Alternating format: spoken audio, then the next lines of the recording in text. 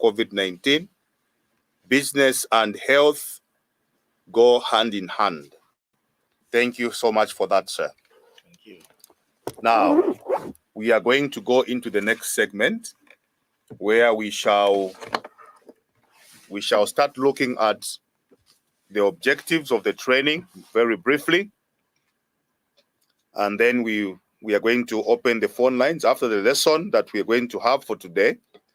We shall open the phone lines at 0930 hours, where you can page us, just send us a missed call, and we shall endeavor to call you back and receive your questions.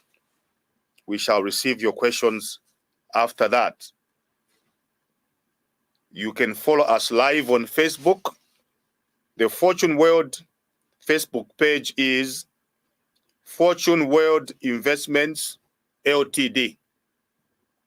Fortune World Investments Ltd. And we also have a YouTube channel, so you can follow us on YouTube. Fortune World Consultancy and Training. Fortune World Consultancy and Training. Please like our Facebook page and YouTube channel, and please let your friends and loved ones, relatives, business partners, or your compatriots, let them know that the Business Development Training Program has started. Get your pens and notebooks as we begin our lesson for today. Before we begin our lesson, let's quickly go through the objectives of the training. We have 4 main objectives. We always go through them during every lesson. We said objective number 1 is to acquire knowledge. So we would like to impart knowledge into you, our participants, so that you can have the ability to grow your businesses. So the first objective is to impart knowledge for enterprise development, because knowledge that you acquire and absorb and utilize will empower you for business growth, for business development and success. Everything that we see started by thinking through. It started with knowledge. It started with a vision and understanding.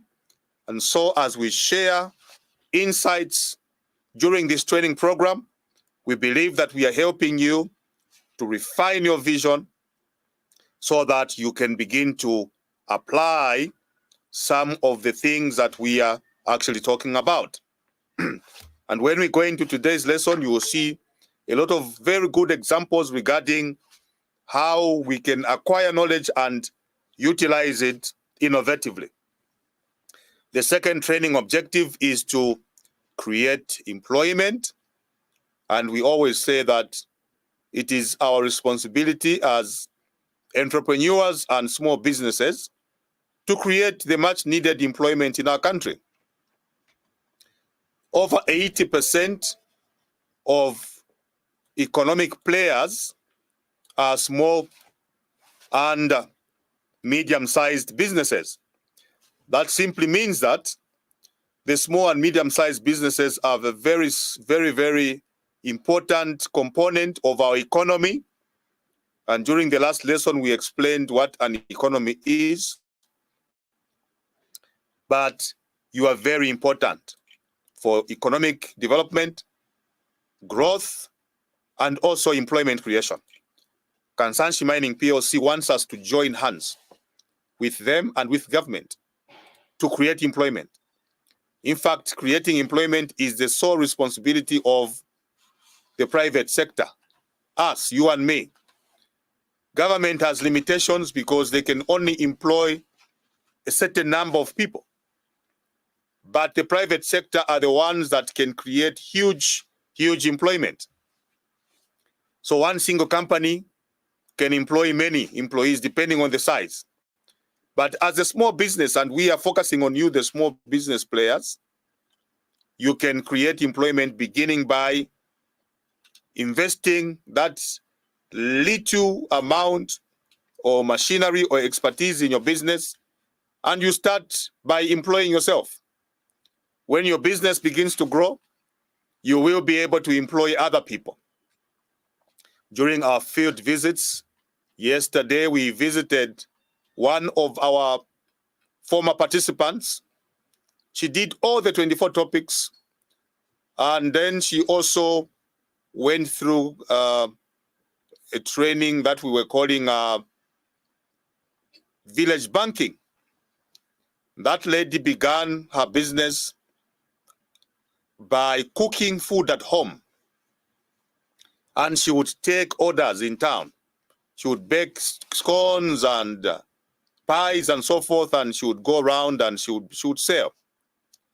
And now she has a restaurant, and she has employed one full-time person, and she intends to expand the business further so that she can create more employment and more wealth. So that objective is attainable. All of us can create employment. Whether you are a small-scale farmer, you can employ people. Whether they are permanent or part-time workers, you are still helping the economy, because as you pay them, you are actually circulating wealth in the community. So employment creation is our responsibility. Let's go to our third objective, which is business sustainability. To sustain is to make something to replicate it, to make it continuous. So we need businesses that shall utilize their knowledge to consistently grow the business so that their business will be there for a very long time to come. The mining company knows very well that the business that they are doing of digging copper is a wasting asset. And therefore, one day the mines will close. No matter how long it takes, we have seen mines closing. Mines on the copper belt, a lot of them at the moment are not doing too well. Why? Because their lifespans are coming to the end. We had Luanshya, the mines have been closed. And when Luanshya mines pulled out, when they closed, Luanshya became a ghost town.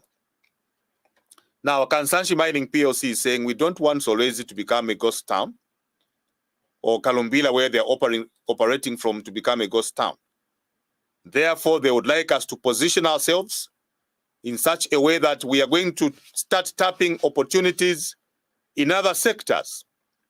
They want us to grow the agriculture sector to an extent that we can depend on agriculture as an alternative sector. Other towns like Chipata, I already said that during the Wednesday session, that the economy in Chipata is strong and they have a lot of cash flow.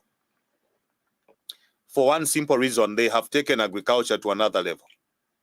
So they grow a lot of crops: sunflower, soybeans, groundnuts, a lot of maize. You know, you can mention it.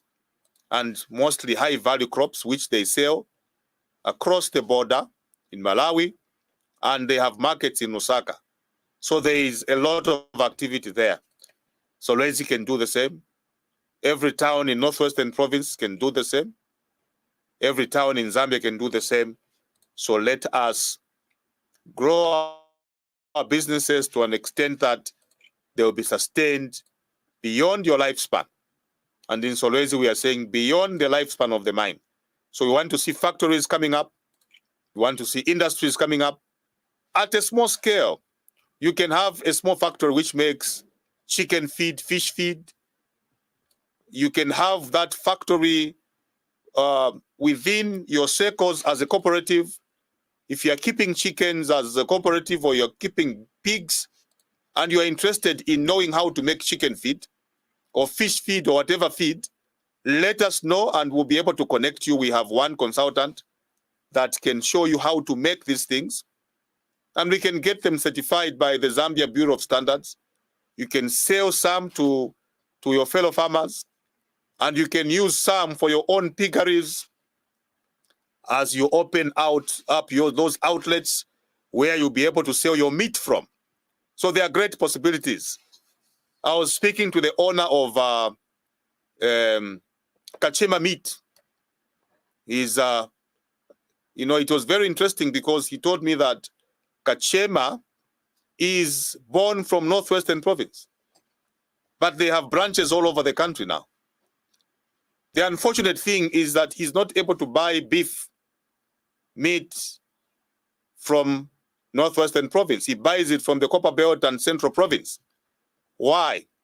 It is because we have not, as Northwesterners, as Solwezi residents, gone into beef business. We don't keep cattle. We don't have enough pigs. We don't have enough goats. And therefore, we are not able to supply that ready market. So I'm talking about these business opportunities. If you can do that, your business will be sustained even beyond your own lifespan.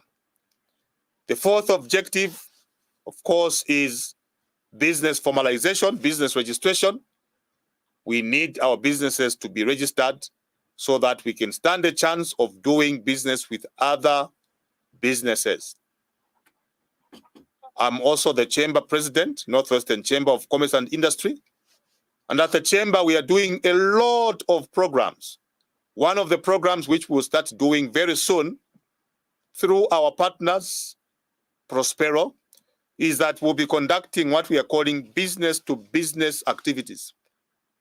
We'll have a business-to-business platform where we shall be linking smaller businesses to bigger businesses who are in the same line of business, so that you can also have a chance of, maybe supplying that business or offering a certain service, so that there can be that technology transfer, so that there can be that incubation, wealth transfer, and you can get experience so that in future, you can also begin to bid for your own jobs. So it is very well planned, and this business development training program that is sponsored by Kansanshi is a very good platform, a very good, what we can call an incubator. So we need to take advantage of it. We are not only attending this training to acquire knowledge for nothing, but that knowledge will take you to another platform as we link you to other businesses. So it is important that your business is formalized so that you can actually do businesses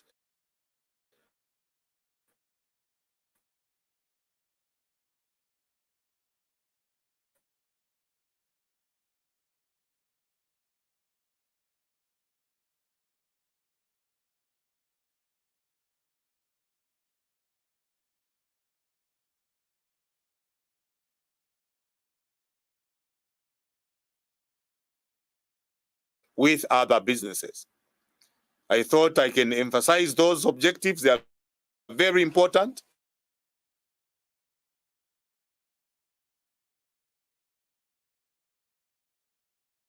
I hope we are settled now.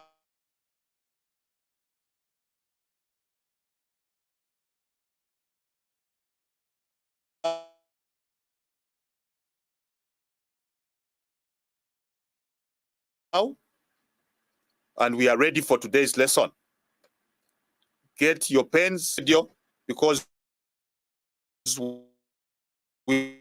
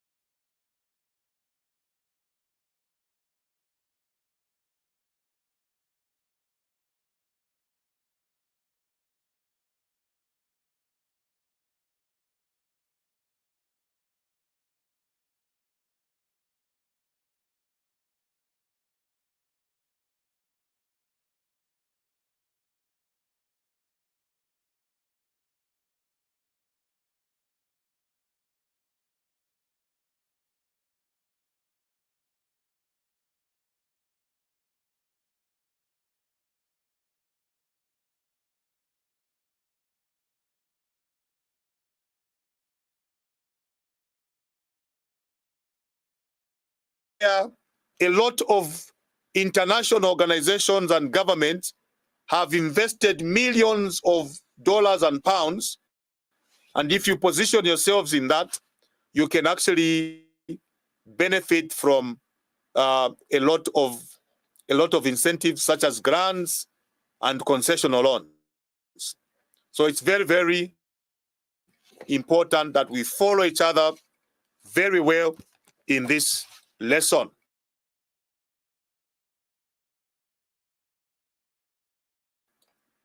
So, diversifying in this way by providing other sources of revenue in the event that the original market dries up, stops growing, or is hit by new competition.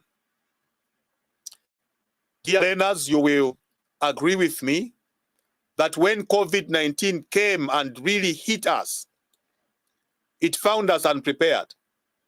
A lot of businesses went through a lot of challenges because there were restrictions that were put in place. So some of you have businesses where you travel a lot, you go out of the country to buy goods and bring them in Zambia for sale. The businesses dried up. They stopped growing, and we had a lot of business people lamenting because they were hit hard, and there was a lot of internal competition now because you were relying on a few alternatives in terms of where you can get goods for resale. But during that transition period, there were a lot of businesses that began to rethink and to re-strategize. One of the most hit sectors that time was the hospitality sector. So lodge owners had no customers. A lot of restaurants struggled. So some of the restaurants began to be innovative because their people were not coming to eat from there because they were scared of contracting COVID-19. So they began to add other services such as delivery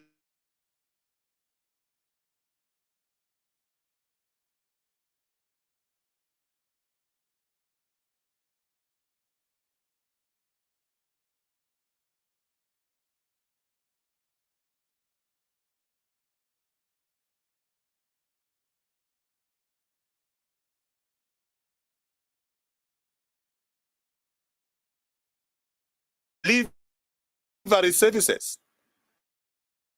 Okay. So this is one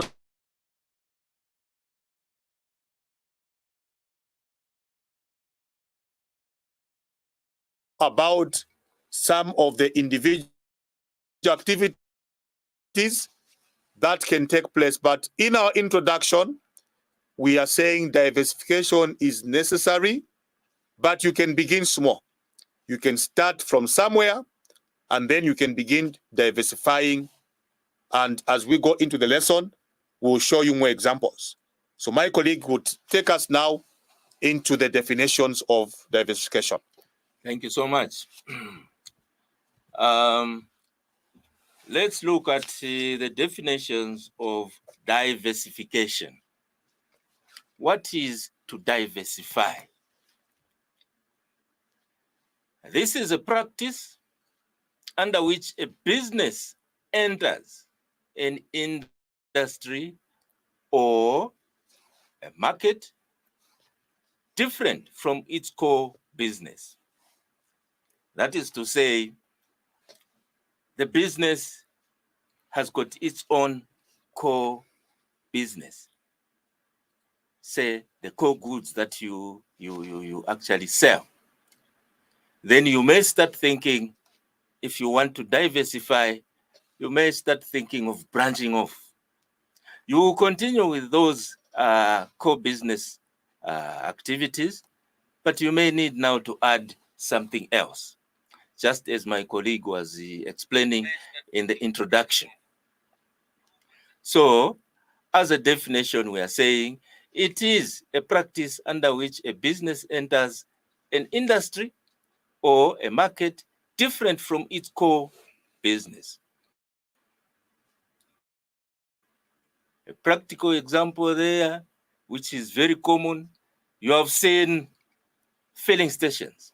Their core business is to sell fuels, oils. But you would find that nowadays they have actually added a different line of business.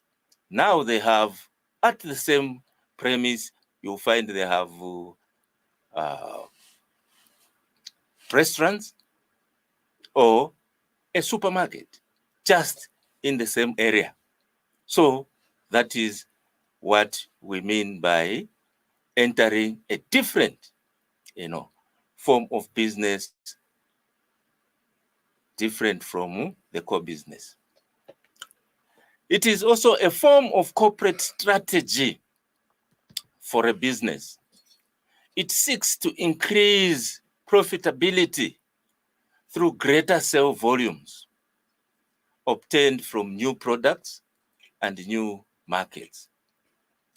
Like the example that I've just given, a filling station will increase profitability by introducing the supermarket, because these are now new products which have been given to the customers of the filling station.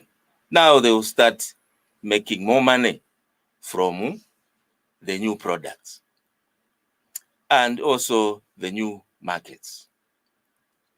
So these are the two definitions which we have for diversification. In this stage, businesses expand their product range and production ability based on their area of competence. A business needs knowledge to expand its operations through its knowledge base and experience. Okay? So, having said that, I think my colleague will take the next segment. Thank you very much, dear learners. We have heard for ourselves the definition of diversification. So it is a strategy for small businesses and big businesses alike. It is also a strategy for corporate institutions. So both small and large businesses diversify. They diversify in certain ways. You have heard a lot about, for instance, mining companies, the huge mines. They also diversify while remaining in the mining business. A mine can diversify from processing one, or maybe from digging one mineral, and they can add another type of mineral. So they can start with copper, and they can also go into gold. That is also a way of diversification. So let's look at the types of diversification. The first type of diversification is what we call concentric diversification. The word concentric comes from the word concentrate. So to concentrate is to focus on something. So you are focusing on one particular thing, and you are not actually diversifying into something that is different from the line of business that you are in. So concentric diversification, you may concentrate on only opening up more barbershop and salon outlets, for example. So this is when there is skill similarity between the businesses that you are opening, which means that each one is able to use their experience to gain some form of advantage. Okay?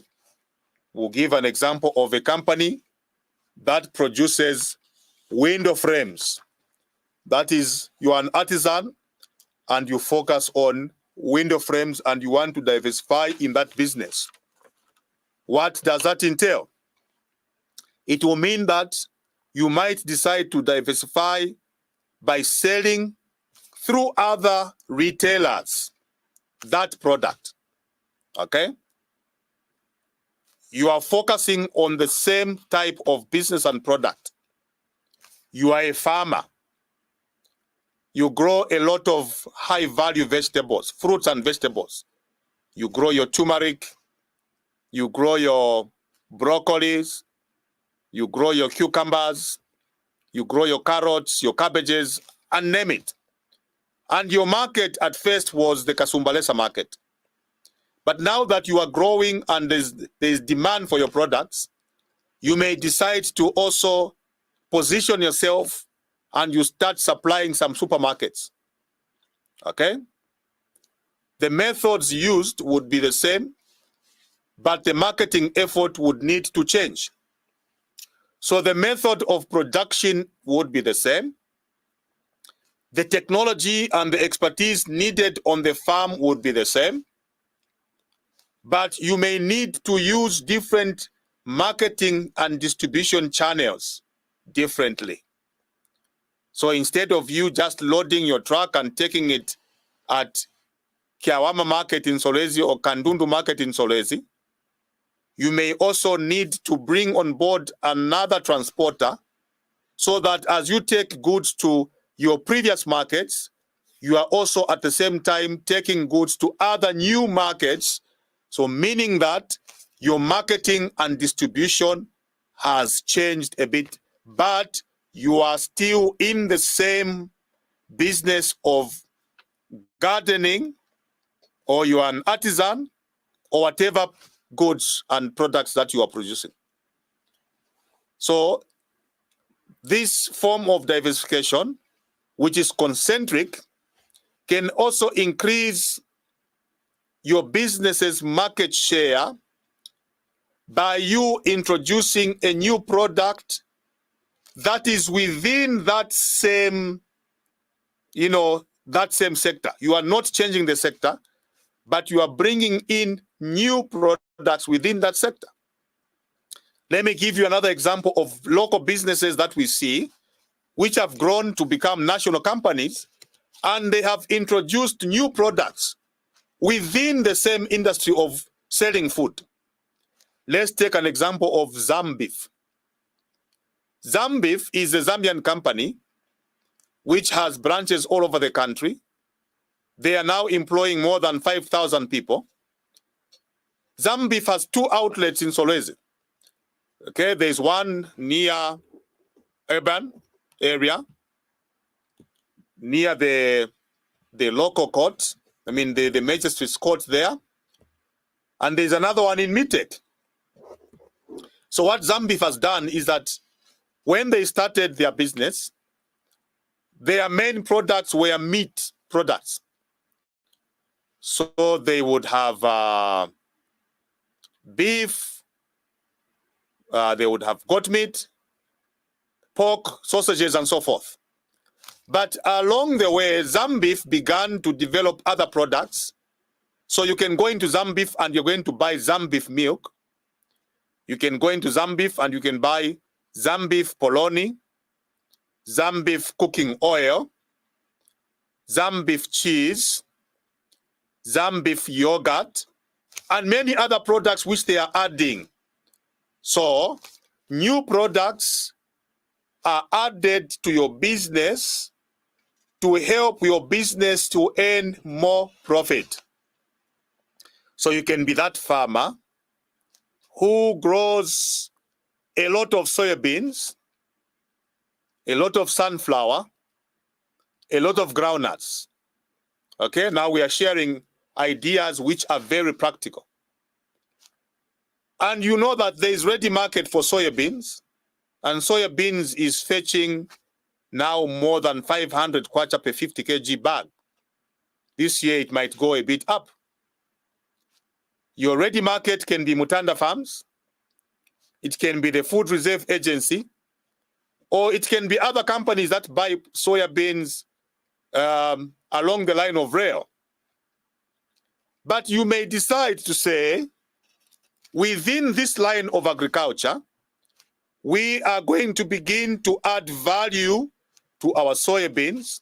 So you can be a cooperative doing soybeans, sunflower, and groundnuts, and you can buy a pressing machine, which you can use to press cooking oil, and you can start selling cooking oil. The corn that remains after crushing it can be used to make animal feed, chicken feed.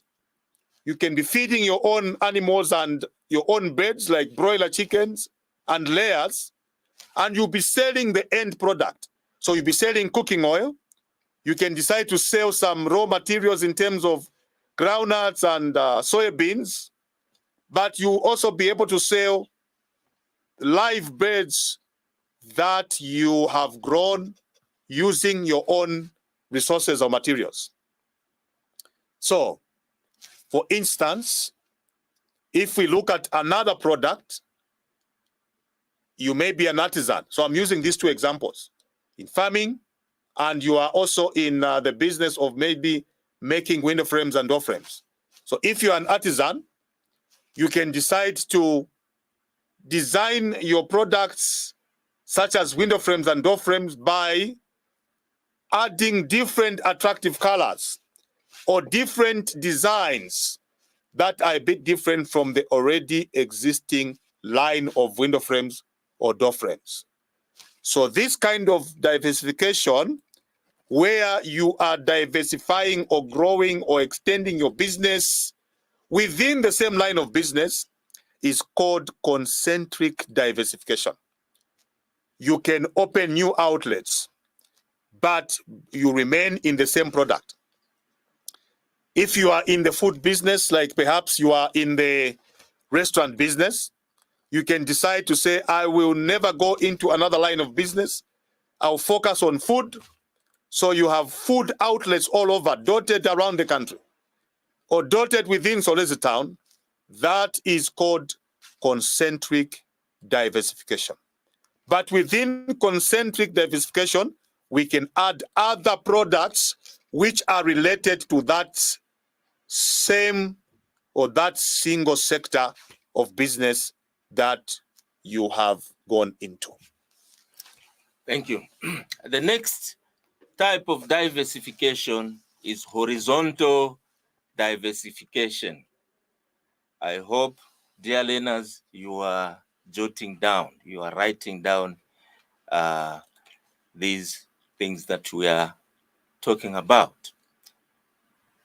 We started with concentric, now we are at horizontal diversification. This is another type or another way of diversifying. This adds new products or services that are often unrelated. So it is different from the concentric. Now this one, the horizontal, you are going to add services or new products that are completely unrelated to the current products. But these products may appeal to current customers. Okay? An example of a farmer who is selling vegetables, and he realizes that people also demand chickens. So this farmer will continue selling his vegetables, but in addition to these vegetables, he may introduce the chickens because his customers need the chickens. Or he could also offer more convenience to the customer by providing the service of bringing the products to people's homes for a small extra charge. Of late, we have seen, motorcycles running around, delivering pizza and other products. That is a way of horizontal diversification. He's bringing in a new, a new way of doing business by, instead of waiting for customers to come and buy from your shop, now he actually delivers, which is a nice thing. You are just at home, you just dial the numbers and they are bringing the goods to you. That is a way of diversifying. In a competitive environment like this one, this form of diversification is desirable if the present customers are loyal to the current products and if the new products have a good quality and are well promoted and priced. Okay. The other example which I gave for the horizontal diversification is where the filling stations, I like them because they completely diversified. They didn't leave, they continued with their selling of petrols and things, but they have brought in a restaurant, they've brought in a supermarket where they are selling goods which are completely unrelated to the core business of selling fuels. Okay, so that is the horizontal diversification. Now moreover, the new products are marketed to the same economic environment as the existing products, okay, which may lead to rigidity and instability. In other words, this strategy tends to increase the business dependence on certain market segments. For example, a company that was selling only sugar earlier may also enter in chicken and meat products. See, that is, those other additional products are completely unrelated to the original ones, which are the sugars. So that was our horizontal diversification. Now we go to the other type of diversification, which is conglomerate diversification, or you could call it lateral diversification. In this type of diversification,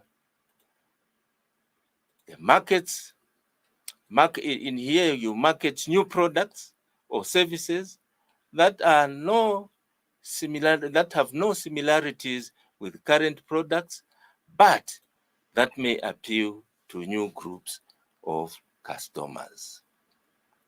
The main reason for adopting such a strategy is to improve the profitability and the flexibility of the business. So now we have tackled all the three diversifications. We started with the concentric, then we have come to horizontal, where you are adding actually different types of products to the original, to the different from the core business. So that is now conglomerate or lateral diversification. Then the last one is the conglomerate type of diversification. So now we may go now to the reasons. Thank you very much. Dear learners, I'm sure we are following each other. So let's take note with regards to the differences in diversification. Concentric is focused on one sector, if we are to summarize. Horizontal is actually looking at diversifying into a product or service that is totally different from the initial one that you started with. So you have a restaurant, which is food business, And then you go into construction, which is totally different. That is horizontal diversification. And then you also have conglomerate diversification, where now you are focusing so much on breaking into new markets, new groups of customers that are totally different from the original or your traditional customers. All these are strategies that businesses use, both small and large businesses. So let us take note. If we have any questions at a later stage, when we open the phone lines in the next 25 minutes, you'll be able to ask, and we'll endeavor to try and explain to you as simply as possible. Now, let us look at reasons for diversification. Why is it important that we diversify our businesses? The first reason is that diversification in a concentric way, in a horizontal way, in a conglomerate way or lateral way, is done for defensive or offensive reasons. Write that down. Diversification may be done for defensive reasons or offensive reasons. And we're going to explain both defensive and offensive. First of all, let us explain diversification for defensive reasons. Defensive reasons may be to spread the risk of market contraction, or being forced to diversify when current products or current markets seem to provide no further growth opportunities. I hope we are following each other, dear listeners. The word defensive is actually looking at defending something. You are defending your business from going down when the size of the market seems to be contracting. When there is a lot of competition in the market, your market will start contracting. For example, when you have a small grocery store in your area, in your location, and you don't have many small groceries, what will happen is that you're going to have a good market share. But when you see another big shop being built next to you, and all of a sudden when it's completed, it becomes a big grocery store, your market will contract so significantly, drastically. And that will make you to start thinking more on defending your business through diversification. Okay? So market contraction means other players have come on board and they have brought stiff competition. Market contraction means that that product or service that you were doing, which was unique, has new entrants who have come on board to give you competition. So you'll be forced to diversify when your market is contracting. You will also be forced to diversify when your current product or your current market is not providing any further opportunities for growth. Let me give another example. Those who are dealing in technology products. You know, nowadays, technology is advancing very, very frequently. There were certain phones that were in fashion 5 years ago, which are going out of fashion. Meaning that the number of people that are buying those old phones has reduced. Modern young men and women, especially those who have been exposed to schools, colleges, and universities, cannot buy a phone which is not a smartphone. So the phones that are not smartphones, yes, they are still being sold, but they are not offering further opportunities for growth. So the market for those has remained stunted and is for a certain category of people. But those who are moving in fashion trends and are following technology because they want to use their phones for business are now buying latest smartphones. That is what is happening. So those who were making phones or those who make phones realized that there was no further growth. There were no further opportunities for growth in the area of those phones that they were making. And therefore, they diversified by beginning to make smartphones.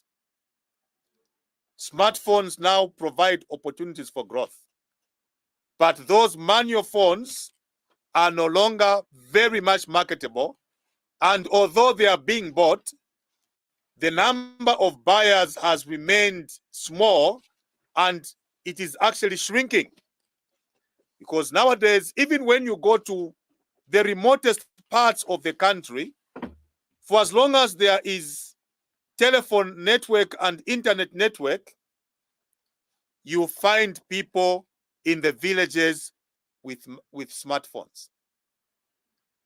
Modern grandmothers have smartphones. Modern grandfathers in the village have smartphones. So phone makers have diversified because they know that the all types of phones are running out of market. So the first reason for diversification is defensive. You are defending your business from going down by being innovative and by diversifying into products that are sellable according to the new trends in these modern times. The other reason for diversification are offensive reasons. Offensive reasons may be by conquering new positions. You are now offending. Remember, in defensive reasons for diversification, you are defending yourself from people who are entering your market. Okay, you used to be the only one doing that business. Now you have many more business people in that same market. Okay, so you are a marketeer. When you go to Kiawama market, Kandundu market, Mitek market, Kazomba market, whichever market, go to Lusaka, Soweto market, go to Kitwe, Sokone market, you are going to find the same products being sold by many people. So you find the woman here is seated, she's selling tomato and onion. The next one is selling tomato and onion, and so forth. So you have hundreds of people selling tomatoes and onions. It means that that market has contracted. But for offensive reasons, you are the one now who is entering a new market with a new product, and you are the one who is offending those that you found already in that sector of business. So offensive reasons may be conquering new positions, taking opportunities that promote or that promise greater profitability than expansion of opportunities. So you are entering into a new market because you believe that when you do that, your business will have more profit. So from farming, you are growing chickens as a poultry farmer. You also have layers, and you decide that at the same time, you are going to become a mine contractor, and you will be doing construction works, for the mines, and you'll be supplying certain consumables for the mine. So when you do that, you are adding competition to those who are in the supply chain in the mines already. That is for offensive reasons. You are using retained cash that exceeds total expansion needs. So your profits that you are making in that particular business are being used now to diversify into other areas which are going to make your business to have more profits. So if you had one shop in one area and that shop was making 2,000 kwacha per day, you will open another shop in a different area which is also making 2,000 kwacha per day. That simply means that you are increasing your profitability, you are making more money, and that is one area of diversification which we are calling offensive, for offensive reasons. Okay, let's look at the other types of Okay. diversification. Now let's look at the main reasons actually. Why do we diversify our products or services? Why should you diversify?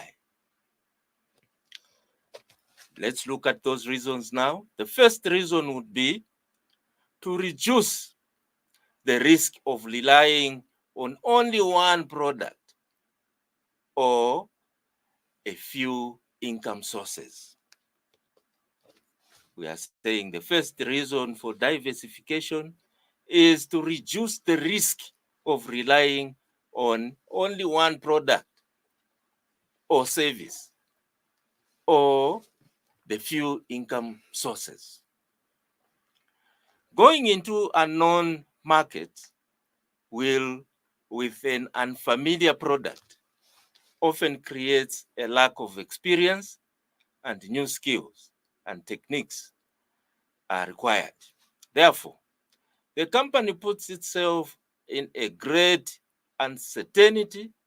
Moreover, diversification might necessitate significant expansion of human and financial resources, which may detract focus, commitment, and sustained investments in the core industries. Therefore, a business should choose this option only when the current product or current market orientation does not offer further opportunities for growth.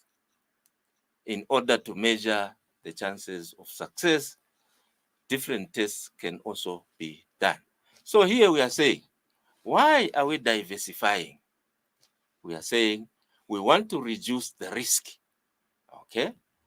We are trying to reduce the risk of relying only on single products. Okay? Yeah. Okay. We are saying we do not want to rely on a single service or product. But as we diversify, we should also know that in the new field where we are going, we will find problems. The problems that we may have there is the lack of experience and the new skills and techniques that you may need. So this may also be a problem to one who is going into these new fields of services. But we are saying for you to diversify, first, it should be for the reasons that may be the current scope, the current products that you are dealing in. Maybe there is a reduction. They are no longer,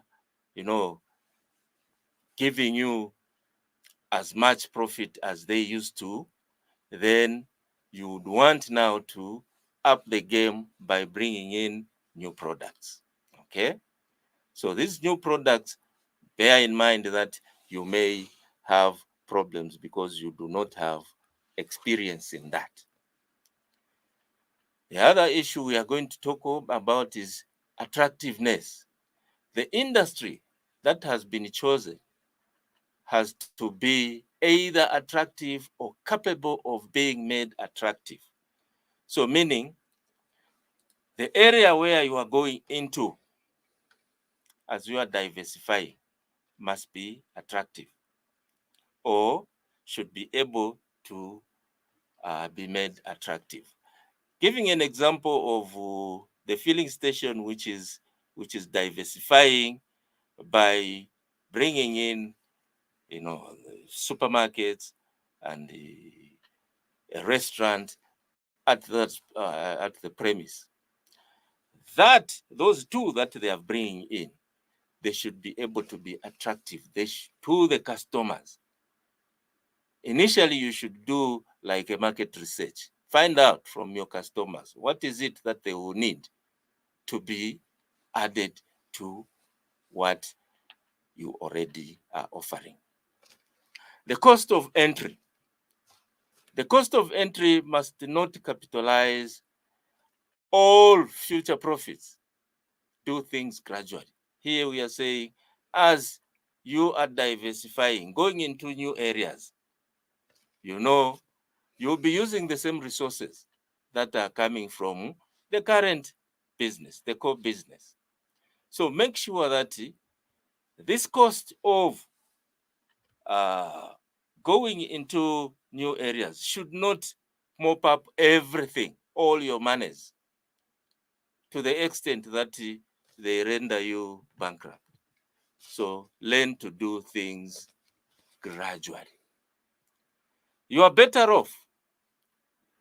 Better off simply means the new unit must either gain competitive advantage from its link with the business or vice versa. So there should be competitive advantage from its link with the businesses or vice versa. Because of these high risks explained above, those are the risks which have been explained above.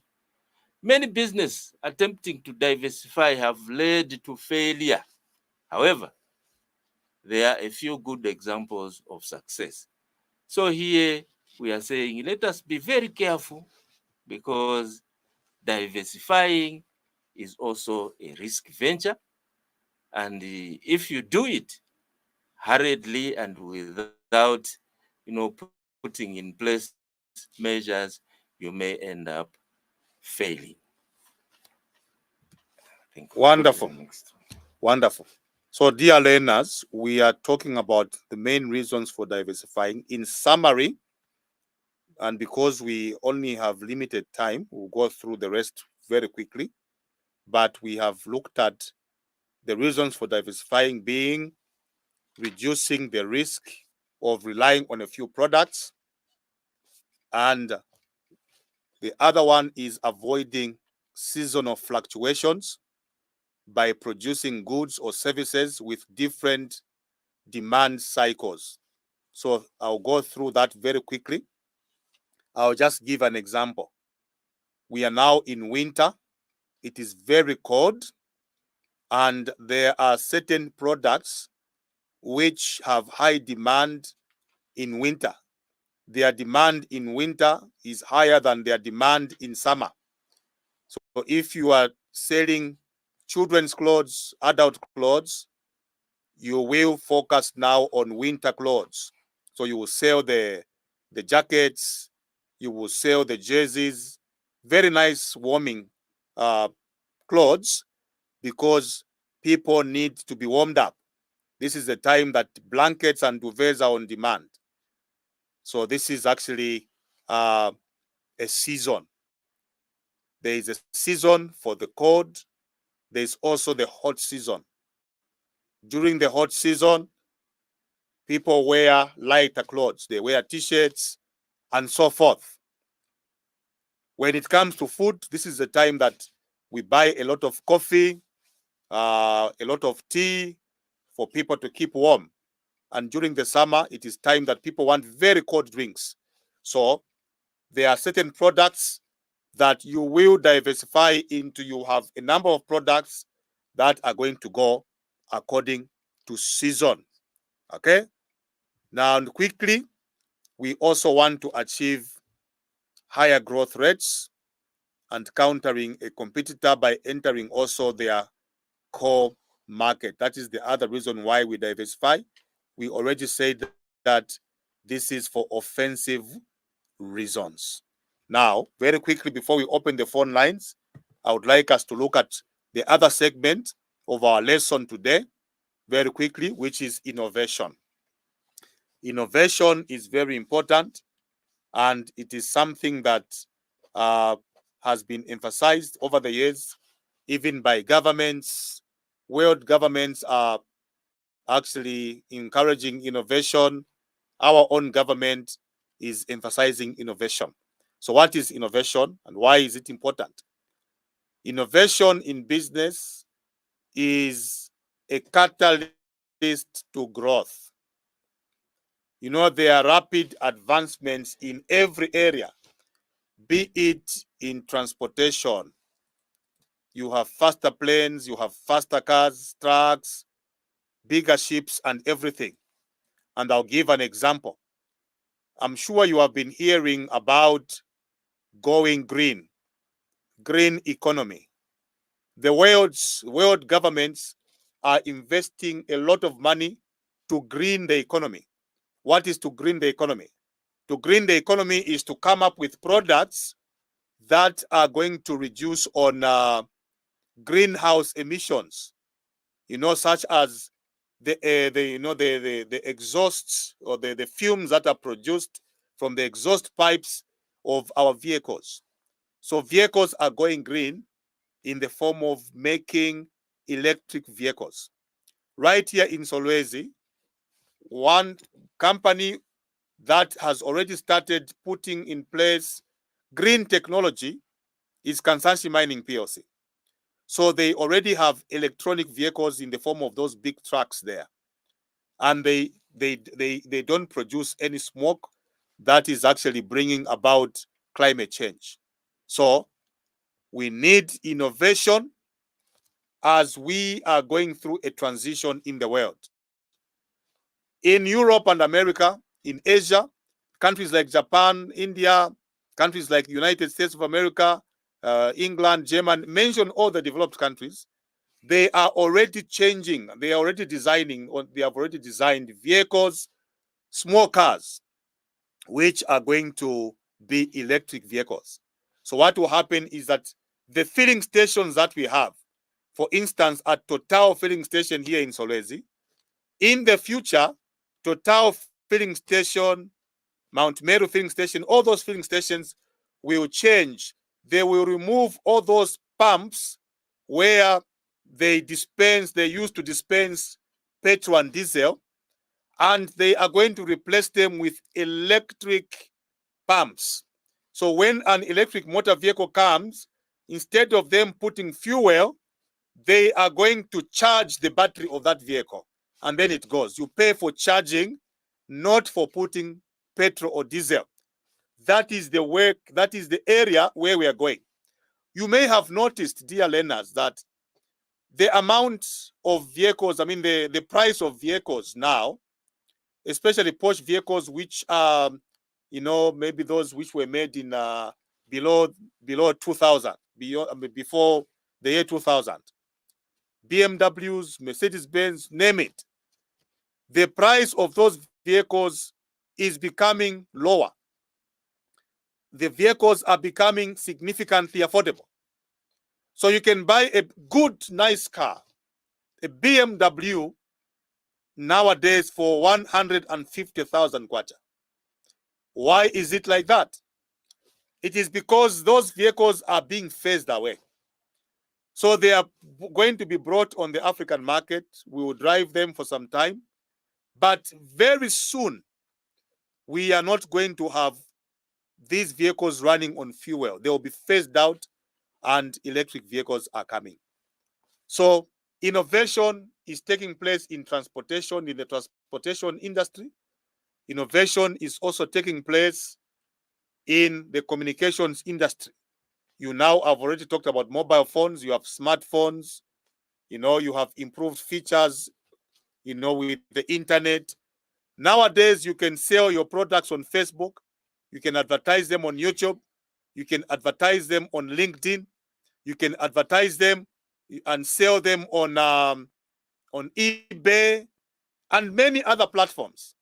You can have millions of people viewing your product, and if they like it, they'll buy online, they'll click buy, and they'll send the money to your account, and then you'll be able to ship them.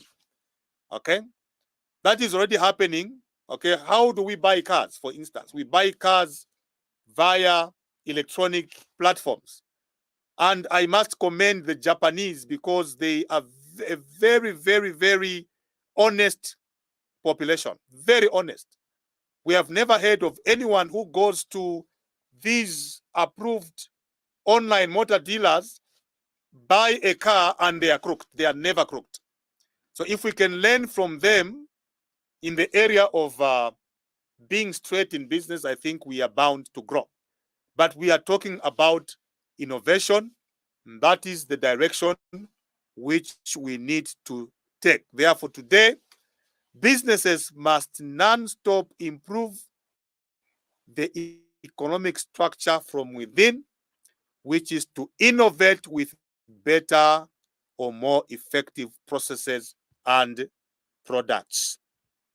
Okay, so now at this stage, before we open the phone lines, my colleague is going to actually look at quickly reinvesting in business. Thank you so much. Reinvesting in business. Reinvesting in your business is important for any enterprise that wants to grow and take additional resources and capital that would otherwise go to competitors. Therefore, businesses that are relatively new are more likely to reinvest as opposed to distributing income to the owners. A primary reason to reinvest in growth is to increase revenue and profits by attracting new customers, adding new business products and locations. Your businesses can increase its number of revenue streams and generate increased profits. Adding new sources of income helps protect your business from risks of operating with one source of income in case it dries up. New markets or customers are ripe for investment, while small businesses especially might consider sticking to what they know better. The race for new capital and income streams is also important. So now here we are looking at the reinvestment. We are saying, yes, the new investments. We are saying in the new investments, we are looking at these two ways. New investments, you may invest in new products, or you may invest in growing or entering new markets so that you target new customers. Okay, that is the essence of reinvestment. You want to grow your income, your source of income, so that you avoid or that which was about to dry up, then you grow it up so that it is actually giving you more resources. Okay. Excellent. So, dear learners, the time is up for us to open the phone lines.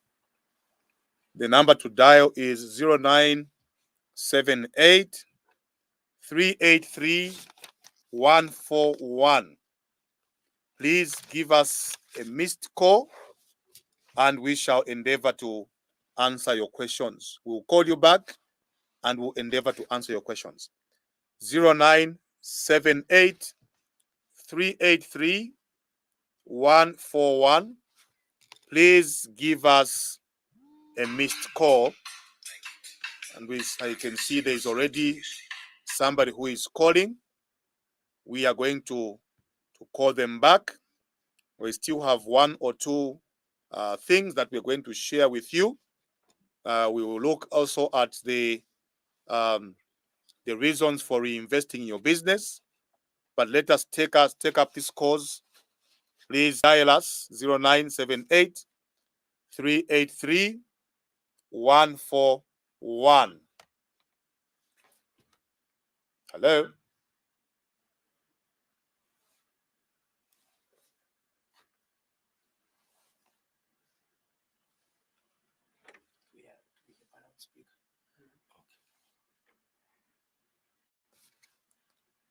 Please dial us.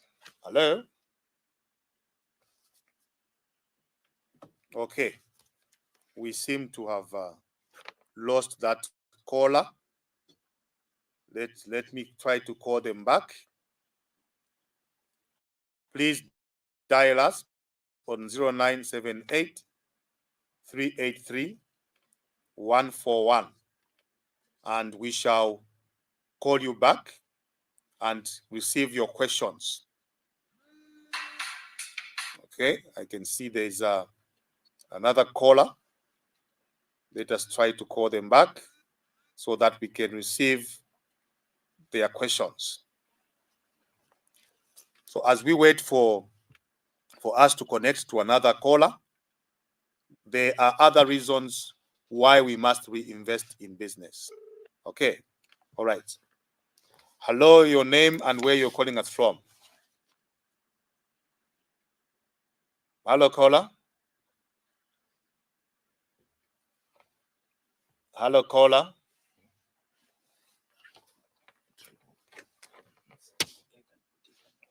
Hello, caller. Hello. Your name and where you're calling us from. My name is Given Chugasa from Jawama. Yes, morning, Mr. Given. Your question, please. Yeah, my question is when you are doing a business and then you want to have a new business. So a new business, does it require advertisement to customers since your customer knows you very well? Okay. Uh-huh. Wonderful. Yes. And then another one is I'm a little bit behind on you have explained well. I'm a little bit behind on innovation. What does it mean? Okay. What does it mean? Wonderful. Thank you so much for that question. We are going to endeavor to answer those questions. Okay. So our caller, first of all, would like to know if when they want to expand their business, should they advertise that business? And then he also wants an explanation on innovation. Okay, I'll explain on innovation, but let me give my colleague to answer the first question, which is, does a new business that you have diversified into need advertising? Yes, thank you so much, Mr. Given, for that question. Yes, you as an entrepreneur, you need to advertise your new business because not so many people, even your own customers, will know that you have ventured into this new business. So you need to make them know, advertise it so that they know you have such a business running. Thank you. Thank you so much. I hope that has answered your first question, my friend. Given you would like to know more about innovation, and I'll explain it in very simple terms. First of all, the word innovation means, according to the dictionary, it is an action or a process of innovating or adding value to that particular product. So when we talk about innovation in technology, we are talking about the advancements or the new inventions in technology. So from an ordinary phone to a smartphone, that is innovation. Innovation is adding value to your products. So from you selling maize, you are now selling meal sample. That is simple innovation. You sell tomatoes, like our mothers on the streets are in the market. But for you, you start packaging them nicely in very attractive plastics, and you are distributing them. You are going round. That is innovation. Or you start now processing that tomato. You have a mixer at home, and then you make it into tomato tomato sauce, okay? And you package them nicely, and you are selling a finished product. That is innovation. So we can be innovative in every business that we do, be it in farming, be it in carpentry. We can be innovative by adding value and bringing new inventions that are suitable for modern, market trends, or that are on demand in these new times. I hope you are able to get me. So by innovation, my friend Given, when we say world governments or developed countries are developing electric motor vehicles, which will not use petrol and diesel, but they will just use a battery, that is innovation. That is technological advancement. I hope I've answered that question. The number to dial is 0978383141. Give us a call, a missed call, and we shall endeavor to answer you. So there are 5 main reasons why you must reinvest in your business. The first reason is that it is easier to make money when you are successful. Okay? People want to associate themselves with businesses that are doing well, that are successful. And when you increase your success in terms of your assets that you have acquired for your business and the revenue, money will come naturally. So, for example, you have that little restaurant there, and as you grow in profits, and as you begin to beautify the place, and you begin to bring in more services and products in that restaurant. So, for example, you bring that coffee machine, and somebody is able to come and press it, and they can get a cup of cappuccino. They press that button, they can get a different kind of coffee. They can get hot chocolate. They can get a milkshake. That is innovation, and it is going to attract new customers. So one of the reasons why you are reinvesting in your business is because it is easier to make money when you invest. When your capital base increases, you are going to have more goods and you are going to have more profitability. There is a question from Mr. Chiyuka. He says, what factors can contribute to failing to run diversification in business? Okay, I think that's what he means. What he means is that what are the factors that can make you to fail to successfully diversify your business? Maybe you want to attempt that one, sir. I can add on that. Okay, you can start. Why is it, in other words, what can make you to fail to diversify successfully? Well, the answer to that, first of all, diversification is in 3 areas. Number 1, concentric, where you diversify within the same type of business by just adding more products within that same sector, or adding different locations but doing the same business. The other one is horizontal, by adding a business line which is different from the initial one. And the other one is conglomerate, where you are now focusing on new markets. You were selling your products in Zambia, you now want to focus on the Congo market, or you want to focus on a different type of community. Maybe you want to focus now on the Caucasian community or the Asian community, and you want to sell them products which are different.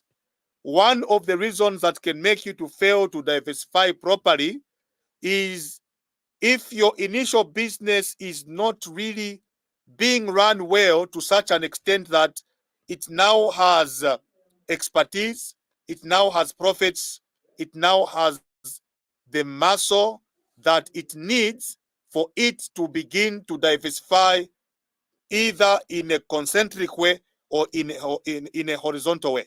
So in other words, if you want to diversify successfully, you must first of all master your business, perfect it, do it so well that demand of your products grows so much, then you can think of expanding and diversify. So the reason that can make you to fail to diversify your business is if you have not perfected the current business that you are doing. I hope, my friend Mr. Chiyuka, that answers your question. I don't know if there's anything to add. Even in the area where you want to go. So when you want to diversify, the area that you want to touch, you must make sure that you master it well. Know what they need. Because you may bring in a product in a form of diversification, and yet that product is not needed by those people. Then you have a problem to sell. So you must study the market first. Mm-hmm. That's when you can diversify. Exactly. So you may think that a certain community needs this product, and you spend money buying those products, open a shop in that community, only to find that your business fails in that area. We did it at one time as Fortune World. There was a certain location where we had opened a very nice shop selling household goods. We had carpets, duvets, you can name it. That area is a residential area, but there was a shopping complex there, right here in Solwezi. And we wanted to take the model from Lusaka or from South Africa, where in every suburb or in every location, you have shopping centers and they're doing well. Solwezi has not grown to that extent. So if you open a clothing shop in a place like Stadium area, where our shop was, your chances of succeeding are very slim. So we learned the lesson, and we learned that in an environment like Solwezi, you need, if you want to open a shop, it has to be in a densely populated area like Town Center, Kiawama, or Mitek area, and now Mushtala also, which is coming up very well. The number to dial is 0978 383 141. Please send us a missed call, and we shall call you back to receive your questions. I've seen my friend here says, I am following. His name is Mr. Chris Sayemba. Chris Sayemba, thank you for following. You can ask us your question. There is a question which has come from Mr. Alex Njikinya. Thank you, my friend, for being faithful and for following us all the time. His question is, okay, so he says, this is Alex Njikinya and the group. So he has a group of people and they are following, and this is their question. In conglomerate diversification, if I open a new shop with new products, should I use one license for two shops, or each shop will require its own license? My friend, that's a very, very good question. If you have a shop and your shop is called, for example, God is in Control Investments, located at Town Center, registered with PACRA, you are going to use the same PACRA certificate that you display for that shop. And if you open another branch, that is a branch, you will use that same certificate from PACRA at the other branch. But there may be different licenses according to the area. So if it is within Solwezi and you have a fire certificate, you will use the same fire certificate you will use the same business permit, provided that area was inspected by the council. But when you open another shop in Kitwe, you are running a clothing shop, or it is a big grocery, it's a supermarket. One is in Solwezi, the other one is in Kitwe. You are going to need a council permit, all the council permits in the Solwezi shop from Solwezi Municipal Council, and you will need all the council permits in Kitwe from the Kitwe Municipal Council. So you are going to have different licenses according to location per district. But if it is in the same district, then you don't have to get different licenses, but you must make the council know, and they need to go and see that these places that you are opening are compliant in terms of safety for fire, health certificate, if it is a butchery, if it is a restaurant. So you have to have a trading license within that same location. So that is what needs to be done, my friend, Mr. Shinjikinya, and your group. Okay, so please dial us. The number to dial is 0978 383141. And I was giving you reasons why you need to reinvest in your business. Number one, it is because you need, it is easier to make more money when you are successful, when you are reinvesting, because your capital base grows. The second reason is that it is revenue that counts, not profit. So we need to be more focused on revenue and sales volumes, not profit. So you would rather have smaller profit margins, but you are selling huge volumes of business. So when you diversify or when you reinvest in your business, you are going to enjoy the volumes. And by focusing on achieving greater revenue, you will achieve success much faster. When you reinvest, there will be greater success. Thirdly, it is important to get out of the level of small competitors. You will agree with me that there are too many small businesses at the same level. They have so much competition. There are so many grocery stores. There are so many small places which are selling food. But you can agree with me that Kantemba cannot compete with ShopRite, because ShopRite is in a higher category of business. So ShopRite will compete with other supermarkets because they are in that same bracket. And it is also important to note that the competition among the big companies is not as stiff as the competition among the smaller businesses.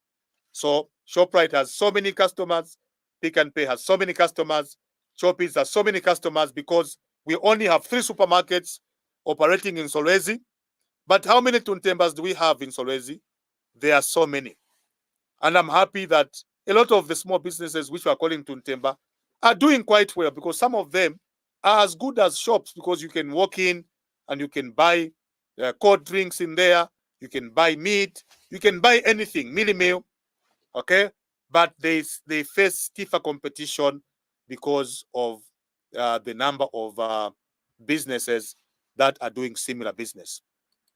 The other reason, why we need to reinvest is that if you become successful quicker, you'll be able to have more control over your earnings. Okay? So you can also carefully select your clients and have more control over raising your prices, often resulting in better quality of clients. So the more you succeed, the more you reinvest, the standard of your business will go higher, and you even have the luxury of selecting who you want to deal with. That is what happens. So you're going to now select, the kind of products that you want to sell to them, and you will determine the quality of goods and services that you're going to offer to those clients. Then fifthly, you will try to focus on the overall value of your expenditure. When spending money, we consider the value of our investment, not only in terms of revenue, but also reputation. And often, these factors prove more valuable in the long term than in the early stages. Okay, so when you reinvest in your business and as your business is growing, one of the things that you are going to achieve is that you will have a certain way of spending. Your spending or your expenditure will be more strategic, it will be more specific, it will be more focused in certain areas that are going to make your business to grow. So for instance, let's look at one big example. One big company is Kansanshi Mine. Their expenditure is very well structured. They don't just spend anyhow because they have got this one main objective of theirs, which is to mine copper. And whatever they spend on is to support that copper mining business. So whatever they're going to do is going to drive them into spending money on suppliers, on manufacturers of their equipment, on service providers such as the contractors who come to do construction, who come to do shutdowns and so forth. And they have streamlined their expenditure. And this is what can also happen in your business as small businesses. We still have 5 minutes to go. The number to dial is 0978 383 141. Send us a missed call and we are going to call you back so we can answer your question. Let us see if we can squeeze in one or two more questions. There is a question from Given Chiyuka. If I'm running a business and I want to do another, do I need to write a business plan again? Okay, that's a very interesting question from Mr. Chiyuka. Would you like to tackle that one, sir? Yes, Mr. Chiyuka. In whichever endeavor, if you want to go into a new business, you will need to write a business plan. You know, a business plan is actually a roadmap showing how you are going to start that particular business, how you are going to proceed, into making money from that same business. So it is important. You really have to write a business plan. Even when you are diversifying, that portion of diversification should have a business plan showing how you are going to go about it. Thank you. Thank you very, very much. The number to dial, I think we can squeeze in one more call or one more question as we are concluding. You can reach us on 0978 383 141. There is a missed call. Let us call back and get the last question. Then we can conclude.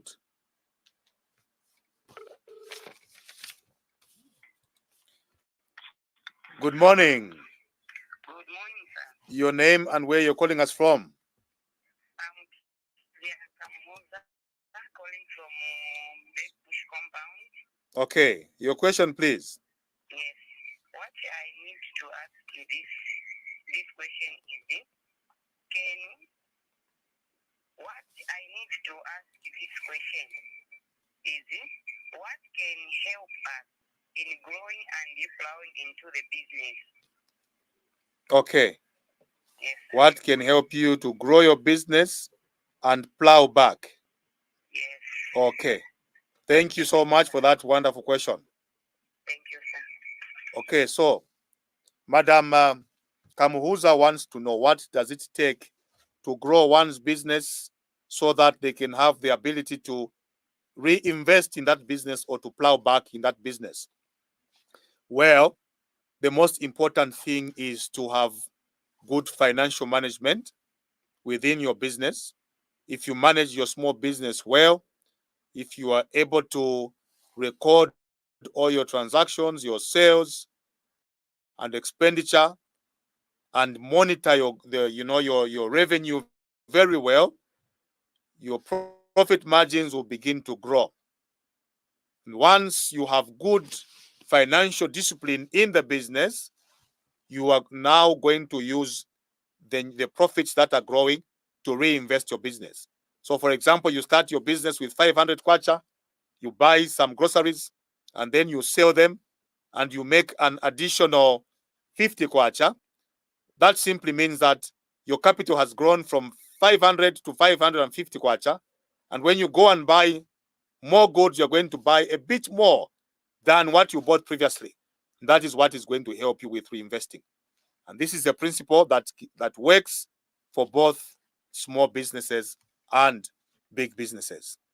Well, dear learners, I think that was the last caller, because the time now is 10 o'clock, and would like to conclude by saying that small businesses are faced with challenges of transforming themselves into medium and eventually large businesses.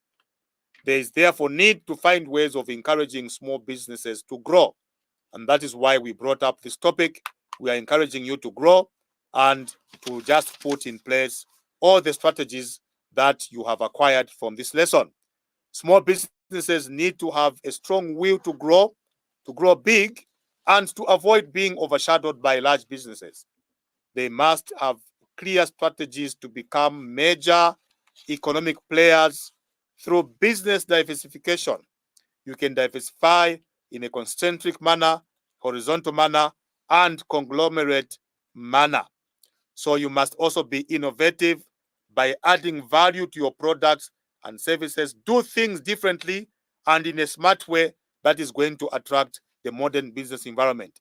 And we also need to reinvest our business.